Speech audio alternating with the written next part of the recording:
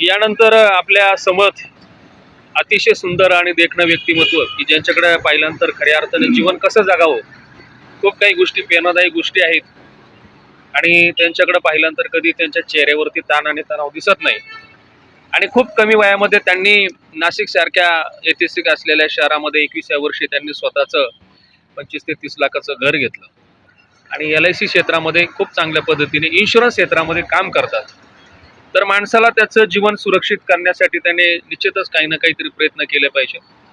तर प्रत्येक माणसाला सुरक्षा फार महत्त्वाची असते। तर आपल्याला एक 2 मिनिटाचा सर आपल्याला वेळ आहे की त्यामध्ये आपण काय सांगू शकता, तुम्ही ज्या व्यवसायामध्ये काम करता त्याच्यामध्ये तुमच्या काय सांगू शकता लोकांबद्दल तुम्ही?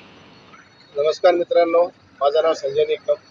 मी विमा क्षेत्रामध्ये काम करत असताना ज्या गोष्टी आजपर्यंत सर्वसामान्य लोकांना आजपर्यंत कधी ठाऊक नव्हत्या त्या गोष्टींचं नॉलेज मला आलं। ते आपण मानवी जीवन जगत असताना ज्या आपल्या मूलभूत गरजा असतात, ते अन्न वस्त्र निवारा, त्यासोबतच विमा हा देखील एक आपला अविभाज्य घटक आहे। जेणेकरून आपण जी साठवलेली आपली गुंतवणूक असते, आपली राशी जी जमा केलेली असते तिच्यावर भविष्यात आघात न येता आपले स्वप्न पूर्ण होण्यासाठी आपण विमा काढलाच पाहिजे। कारण जर एखाद्याकडे आरोग्य विमा नसेल आणि अचानक काही दुर्घटना घडली तर त्यांनी जे साठवलेली जमापुंजी असते ती संपून जाते आणि मग त्याला जे पुढे आयुष्यामध्ये जे ध्येय असतं गाठायचं ते कुठेतरी त्या स्वप्नांना ते स्वप्न भंग पावतं।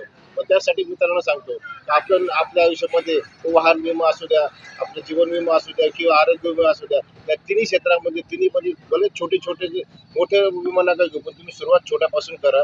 जेणेकरून तुम्हाला बचतीची सवय लागेल आणि बचतीची सवय लागल्यानंतर तुम्हाला तिचं आर्थिक नुकसान जे भविष्यात येणारे अचानक घडणाऱ्या गोष्टी असतात त्या अचानक घडणाऱ्या गोष्टीवरती तुम्ही अंकुश पाहू शकता आणि तुम्ही ठरवलेले स्वप्न नक्कीच थोड्याफार प्रमाणात तुमचे पूर्ण होऊ शकतात। मित्रांनो, एवढंच मी तुम्हाला सांगू शकतो। धन्यवाद। धन्यवाद।